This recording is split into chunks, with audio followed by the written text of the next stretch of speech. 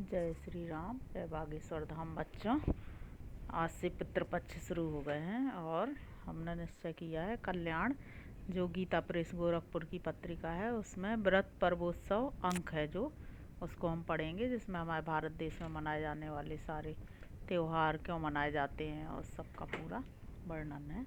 कोशिश करेंगे कि हम इसे 1 महीने में समाप्त करें, गुरु की कृपा से। जय श्री राम, जय बागेश्वर धाम। बच्चों, ओम श्री परमात्मने नमः।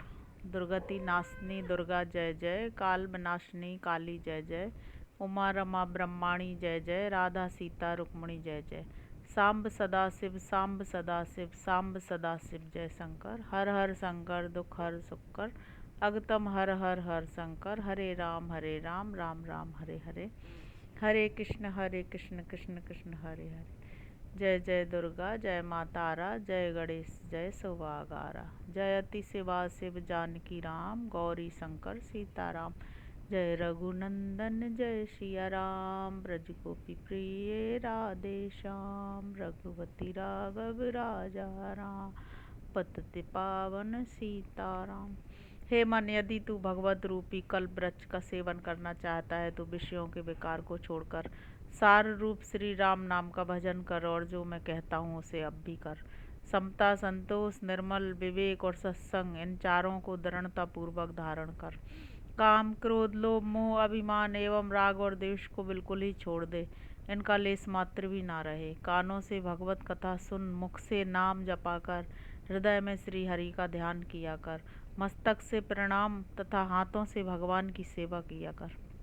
नेत्रों से कृपा सागर चराचर विश्वमय महाराज जानकी वल्लभ श्री रामचंद्र जी के दर्शन किया कर। यही भक्ति है, यही वैराग्य है, यही ज्ञान है और इसी से भगवान प्रसन्न होते हैं। अतएव तू इसी शुभ व्रत का आचरण कर। हे तुलसीदास, यही शिव जी का बतलाया हुआ मार्ग है। इस मार्ग पर चलने से स्वप्न में भी भय नहीं रहता।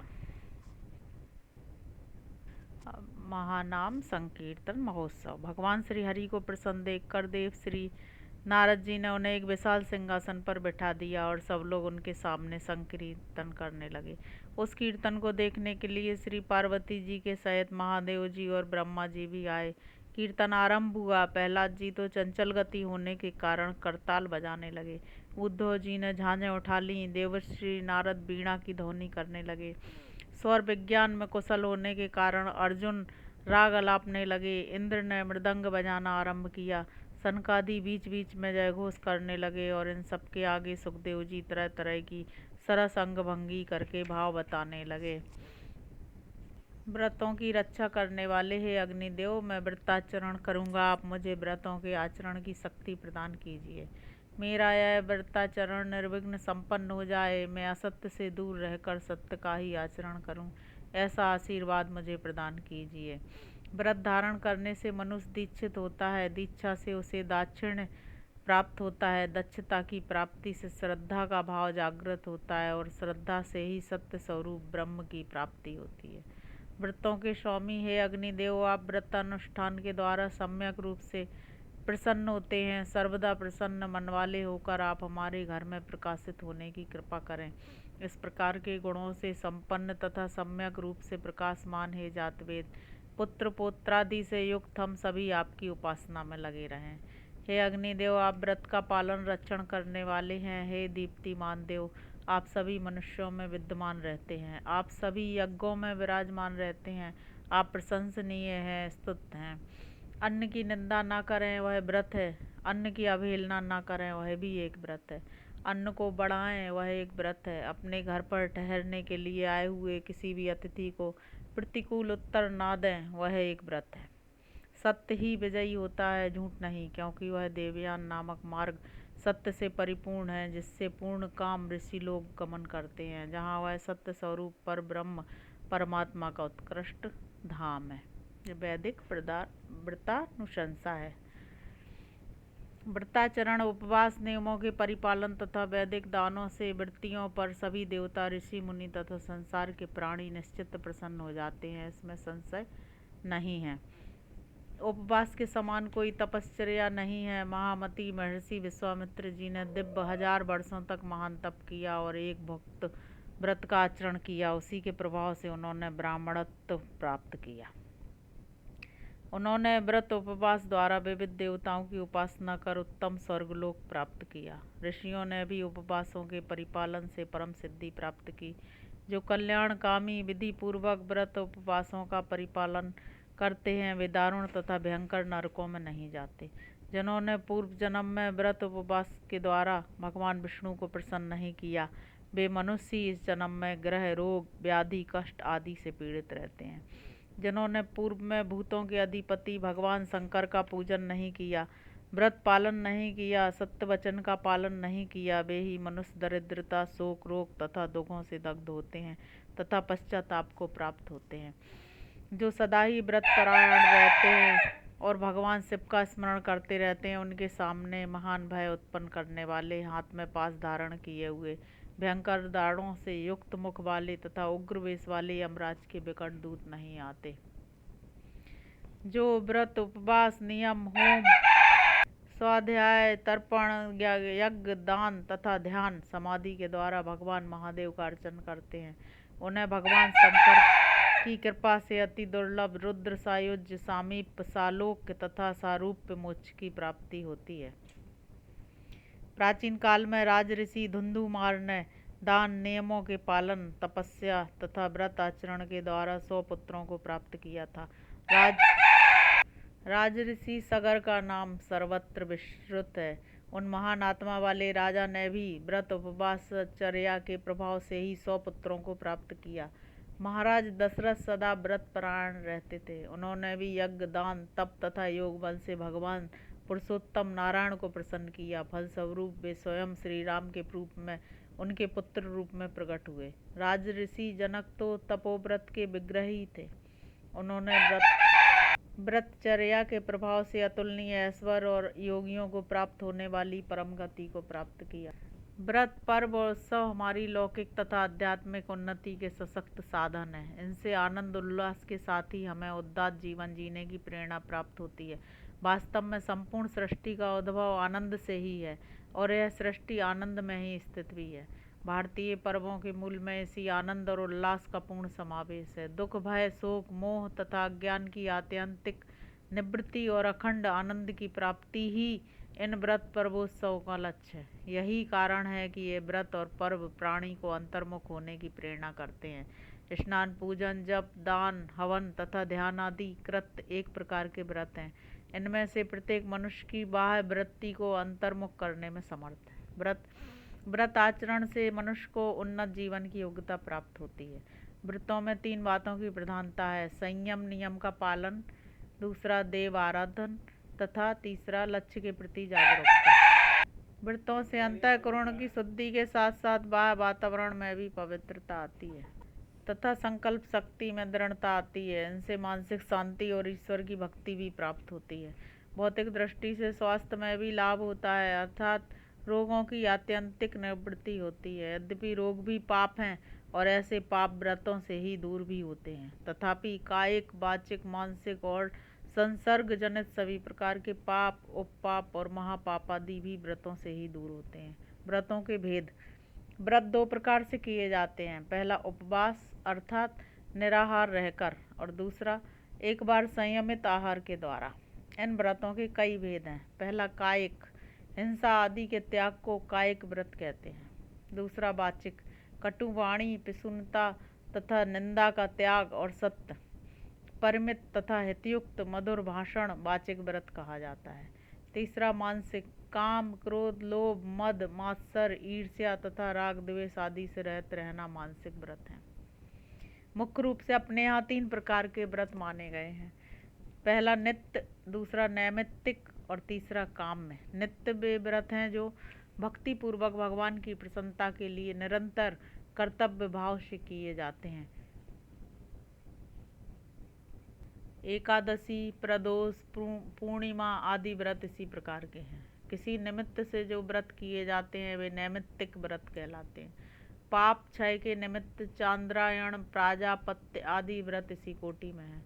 किसी विशेष कामना को लेकर जो व्रत किए जाते हैं वे काम्य व्रत कहे जाते हैं। कन्याओं द्वारा वर प्राप्ति के लिए किए गए गौरी व्रत वट सावित्री व्रत आदि काम्य व्रत हैं। इसके अतिरिक्त भी व्रतों के एक भुक्त, अयाचित तथा मितभुक और नक्त व्रत आदि कई भेद हैं। व्रतों के अधिकारी धर्म शास्त्रों के अनुसार अपने वर्णाश्रम के आचार विचार में रत रहने वाले, निष्कपट, निर्लोभी, सत्यवादी, संपूर्ण प्राणियों का हित चाहने वाले, वेद के अनुयायी, बुद्धिमान तथा पहले से निश्चय करके यथावत कर्म करने वाले व्यक्ति ही व्रत अधिकारी होते हैं। उपर्युक्त गुण संपन्न ब्राह्मण, क्षत्रिय, वैश्य, शूद्र, स्त्री और पुरुष सभी व्रत के अधिकारी हैं। सौभाग्यवती स्त्री के लिए पति की अनुमति से ही व्रत करने का विधान है।